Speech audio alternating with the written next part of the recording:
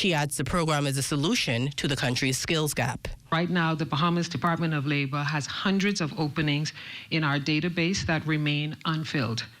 And the true challenge has been in connecting people to those jobs that have the right skill set and have had the right preparation. So apprenticeships solve that problem.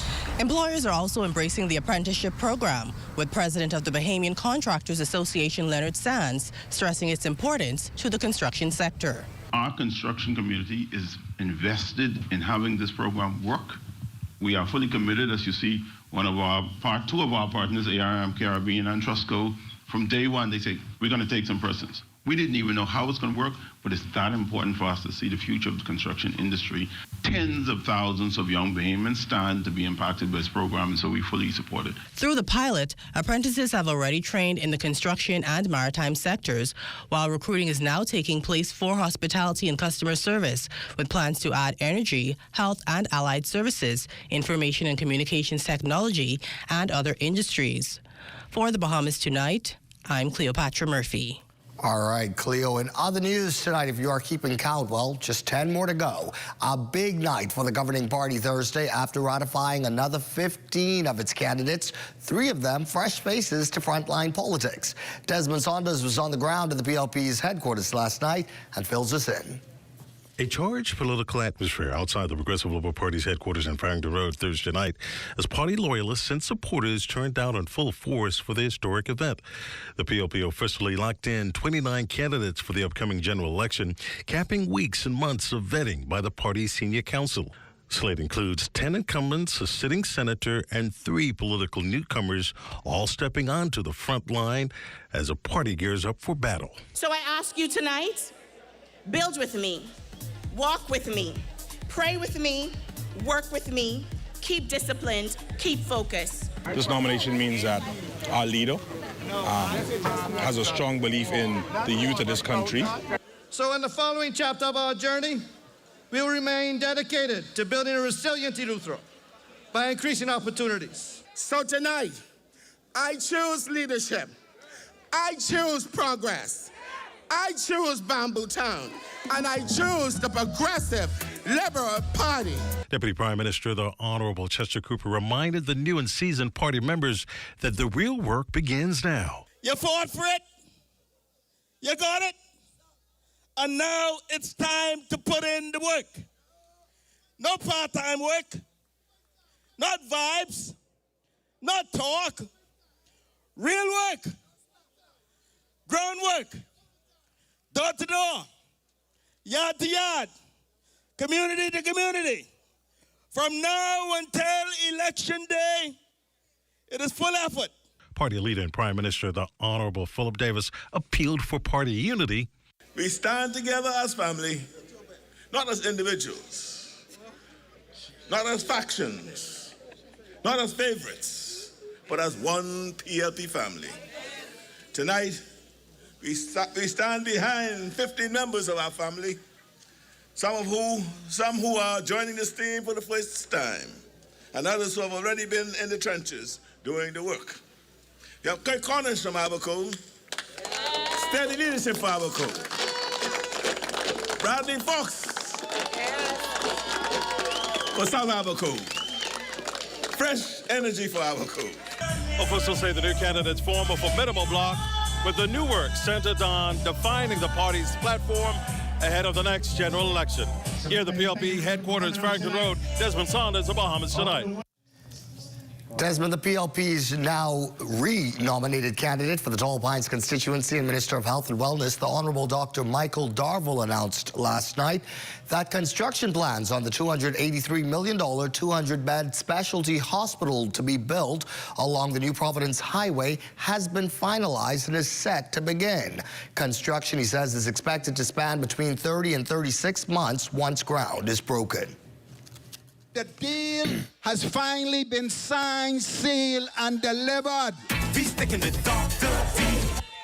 The land clearing will begin in a few weeks, and you can rest assured you'll begin to see vertical construction coming out of the ground shortly.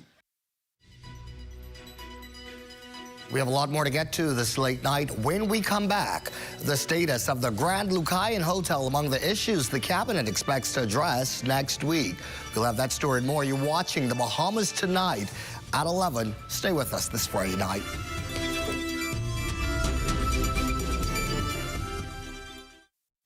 It has the looks, the style, the performance. Your new car is everything you always dreamed of. Now it's here.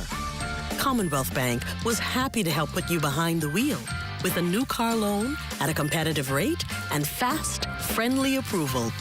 It's a service that just comes naturally to us, just like how love of tradition comes naturally to you. Commonwealth Bank, leader in personal banking services.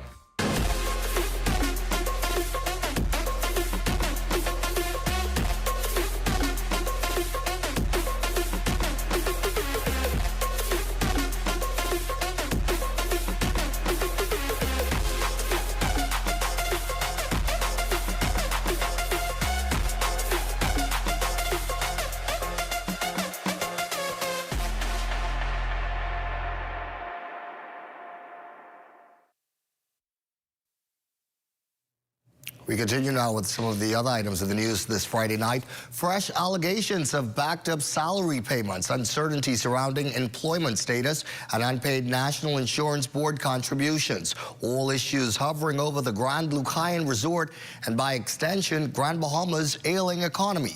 Minister of Tourism, Investments and Aviation Deputy Prime Minister, the Honorable Chester Cooper, informing reporters today that those concerns will be addressed, coupled with plans to drive and revitalize that island ahead of Tuesday's cabinet meeting there. I won't delve into the details. The government will live up to all of its responsibilities. We have a cabinet meeting in Grand Bahama on Tuesday. We have some great announcements for Grand Bahama that's going to continue to drive and revitalize the economy. That's going to be not just good for the economy, but the people of Grand Bahama Island, bringing significant new opportunities, and the Prime Minister will speak to these issues. The Tourism Minister also commenting on concerns that development of the $200 million, 124-acre Rosewood Resort on East Sampson, Key Exuma, poses a threat to surrounding marine habitats. An initial plan submitted by Miami-based developer Integra Group found that the resort's service dock would require dredging over 1 acre of sensitive seabed, leading local environmental advocates to speak out and developers to restructure and resubmit their plans. There have been some concerns expressed through the ordinary course of public consultation as it relates to what was perceived as potential environmental impact. Anything related to environment, the government takes extremely seriously. It's a part of the public engagement that neighbors have an opportunity to object, and this has been done in a most public and regrettable way. More news from the #1 industry this late night. Well, just as the Tourism Minister Cooper there long predicted, 2025 shaped up to be another banner year for the top industry. And this despite December's roundup not yet in. Here's Mukesh Lapinder with more on the numbers. Between January and November last year, foreign air and sea arrivals pulled in 11.11 million visitors, an upswing from the just over 10 million the year prior. Making up that 11+ million figure, 1.52 million tourists from the air segment and 9.5 million in sea arrivals. A further breakdown of those figures show that up to November, 4.9 million air and sea visitors to the Bahamas spent their time in Nassau or Paradise Island. Rounding out the top 5 islands, the Berry Islands and Bimini, with 2.4 and 1.3 million visitors respectively. Grand Bahama, whose figures jumped from nearly 500,000 in 2024 to 880,000 a year later, and Eleuthera. The Freedom Isle saw a 22% increase, taking it close to 500,000 visitors. Now, among the islands recording a loss up to November was Exuma. Its 72,705 visitors fell to 63,292. So far, April 2025 has outperformed the other months with more than 185,000 visitors compared to 2024's 172,000+. September 2025's tropical storm Imelda is said to have interrupted travel to the destination, with many airports throughout the country closing their doors until September 28th. A similar chain of events a month later with Hurricane Melissa. Tourism officials say the impacts of the storm spilled over in November. It's one thing for me to say 11.11 million visitors, but when I'm not connecting our locals to the opportunities, then that's a problem. But while Tourism Director General Latia Duncombe assures the brand remains strong, she acknowledges part of the work comes down to converting lookers into bookers. 2024, our groups and conferences business delivered $29 million to the destination. 2025, $81 million is the number. We always hear the phrase that groups is the foundation, because that's really and truly what it is. When they come to our shores for conferences and for events, that's a captive audience. And it's also an opportunity because they're experiencing the Bahamas beyond the shorelines, beyond the sun, sand, and sea. And so all of those individuals that are coming for these groups and for these conferences are able to return to the destination. 2025's numbers are subject to change once the final figures from December are tabulated. For the Bahamas Tonight, I'm Mukesh Lopinder. The Bahamas has reaffirmed its commitment to diplomacy and multilateral cooperation following high-level talks at the Vatican. Minister of Foreign Affairs, the Honorable Fred Mitchell, met on Thursday in Rome with His Eminence Cardinal Pietro Parolin, Secretary of State of the Holy See, for discussions on climate change, peace and security, and sustainable development, with emphasis on their impact on vulnerable populations. The two also exchanged views on ongoing geopolitical challenges and expressed support for the people of Haiti, Cuba, and Venezuela, where sustained international assistance remain urgently needed. The discussions highlighted the moral responsibility of the global community to protect human dignity and support affected communities through dialogue and cooperation. Also attending the meeting were Ambassador Jerusa Ali and Ambassador Joseph Curry, the Bahamas' non-resident ambassador to the Holy See. The Bahamas and the Holy See have maintained diplomatic relations since 1979. Family and friends bid their final farewell to ZNS's Director of Local Programming and Acting Director Tanya Smith Cartwright, who has helped shape journalism in the Bahamas. Diane Dorset reports on Tanya's funeral. She lived her life in full color, bold, unapologetic, and passionate about her work. On Friday, family, friends, and colleagues gathered to celebrate the life of Tanya Smith Cartwright at St. Agnes Anglican Church on Blue Hill Road. It was a reflection of her spirit, with vibrant floral arrangements, a congregation in colorful attire, and stories of a woman who never shied away from speaking her mind. The Honorable Miles Zarola, Minister of Social Services, Information and Broadcasting, described her as a true professional, someone who lived the very message she shared with others. She enjoyed her work. She enjoyed being around people. She was a true professional. She either loved you or she did not. There was no in between. Feisty is an understatement to me. But you loved her because of who she was, because she gave that same deference to individuals. For those who worked with her, she was a force, demanding excellence, defending her team, and pushing the industry forward. In a moving tribute, close friend Lisa Turnquest remembered her impact in media and in life. But what I do know is my dear friend is gone. Her laughter, her creativity, her frankness, her hunger for excellence, and her unmatched wit and dedication to her craft. I know that she has left an indelible, vibrant mark in Bahamian media. Finally, I know that the love of her life, Chiro, is in deep pain, which only will be smoothed when they meet again. As the service continued, Archdeacon Keith Cartwright, rector of St. Agnes, offered words of comfort to a grieving congregation, entrusting Tanya Smith Cartwright back to God. But today, my dear brothers and sisters, we give Tanya back to the God who created her in his image and likeness, who gave that special treasure gift to us, whom we all enjoyed, who we all loved. And yes, when she had to say her piece, we all had to reflect. And yes, she did it out of love. For the Bahamas Tonight, I'm Diane Dorset. Our hearts are a bit heavier tonight. Amajal Knowles has a look at what's coming up next as the Bahamas Tonight turns to sports. And several youth flag football teams performing well at the World Flag Championships over the weekend. Details of that story and more coming up in sports.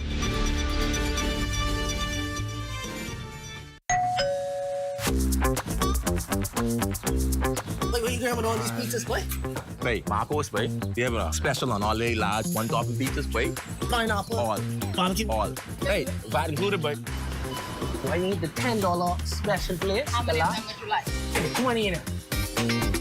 Thank you so much, man. $10, that's it? The Marcos got that deal, boy.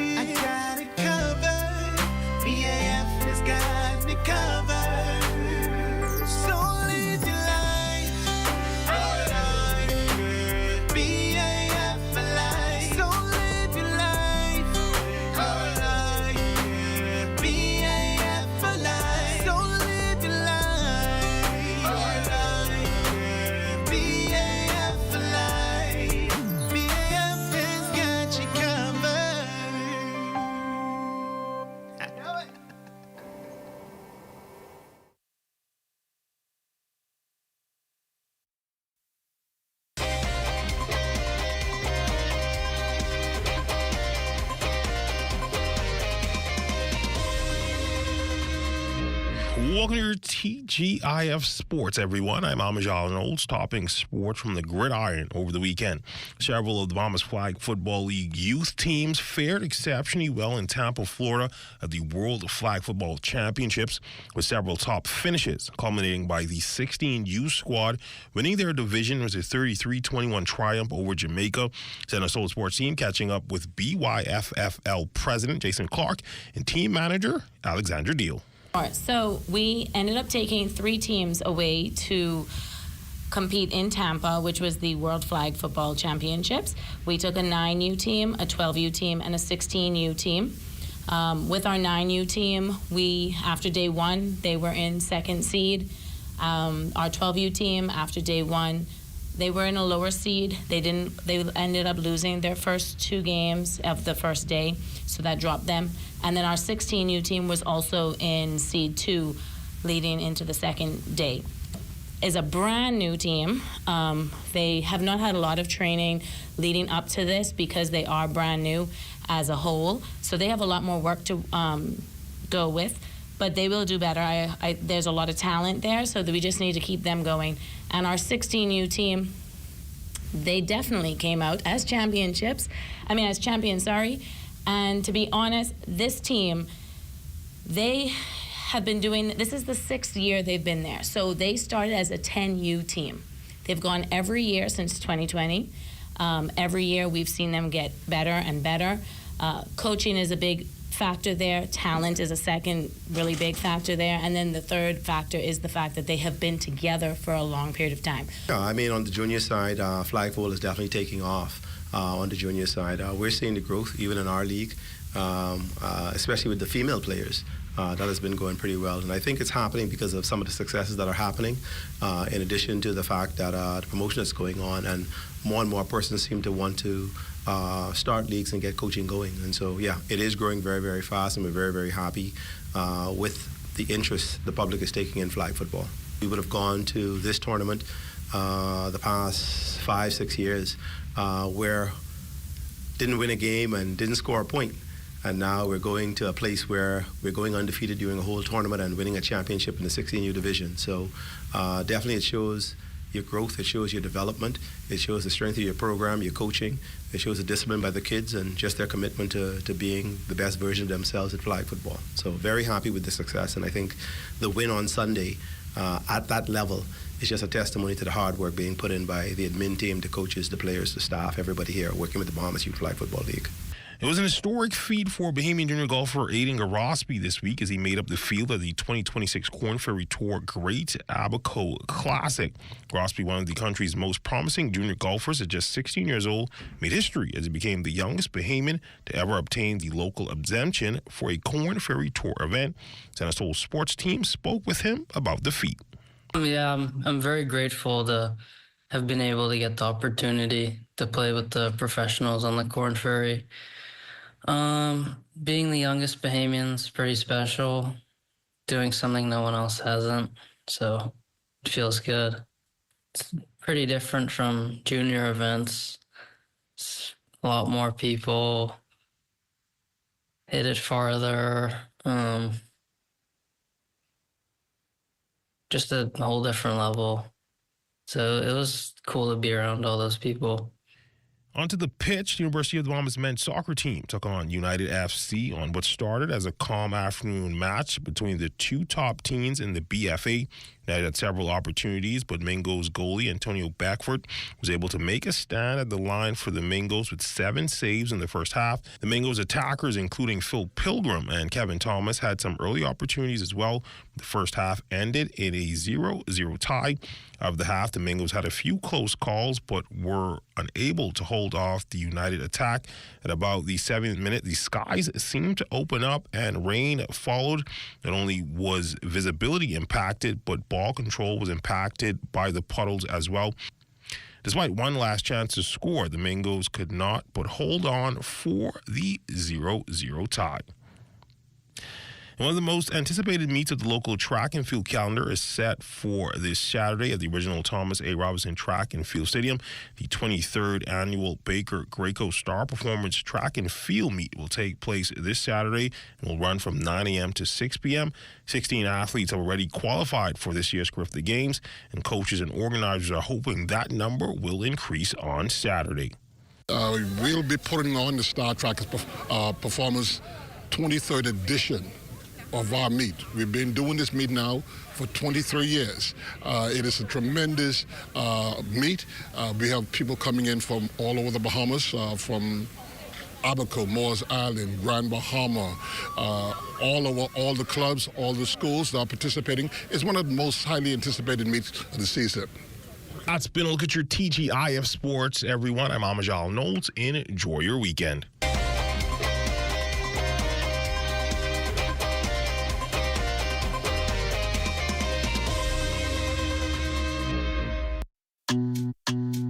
Sweet and spicy, marinated right, tossed with chili, garlic and ginger, got many flavors, like honey barbecue. Signature hot wings, turn up the heat for you. Those pepper wings, what's your flavor? Roasted garlic parmesan, tastes so good, chicken, you know. So many flavors to try. What's your flavor? Honey barbecue, sweet and spicy, all new. Signature hot wings. What's your flavor? Roasted garlic parmesan, tastes so good, chicken, you know. Those pepper wings.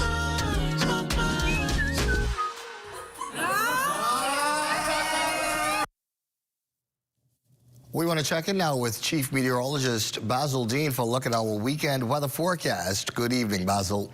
Good evening, Carvel. We have a little troughing across the northwest Bahamas in the vicinity of the Berry Islands. That's providing a little bit of cloud there. That will eventually merge with an approaching cold front. The front itself will push back through the northwest Bahamas late on Monday, pushing through the capital around 8 o'clock Monday night. It will bring with it some showers, even an isolated thunderstorm. But behind that, some nice chilly temperatures are expected next week.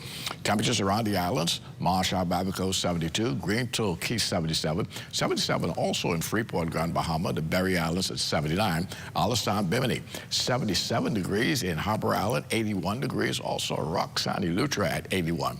Artistown, Cat Island, 82. Black Point, Exuma, Chemis Space at Andros, 80. 77 in Fresh Creek, that's in Central Andros. 81 in Georgetown, Exuma.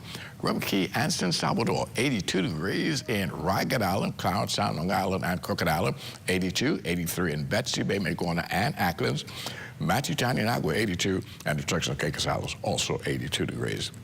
Your forecast tonight, mainly clear and warm. The low temperature is 73 degrees. Tomorrow, we're looking at lots of sunshine. Just a few clouds are floating around with the high temperature climbing up to 80 degrees. And your extended weather forecast, beautiful weather right through Sunday. Even the first part of Monday is going to be okay, but in the afternoon, we'll see some clouds rolling in with a few showers. And the front itself, as we told you, will go through around 8 o'clock on Monday night.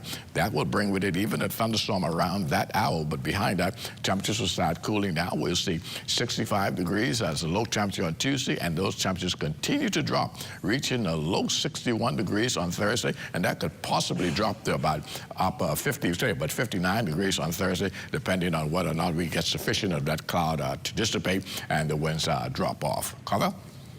All right, Basil, hope you have a good weekend, and a good weekend for you as well. That is our broadcast this Friday night for this week. I'm Corval Pye for Amo, Basil, and our entire team. Take care, be well, and remember, we'll be looking to see you again right here Monday evening. Good night.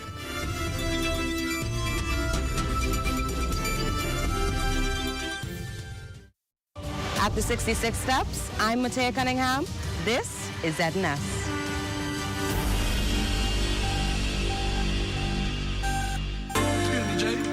Watch my about to look at that shirt. You want some bumblebee tuna? I'll just take a melon slice. Cool, melon slice. Watching your weight. Let's go. And the chicken sandwich, the T-bone steak, the seafood platter, and the fried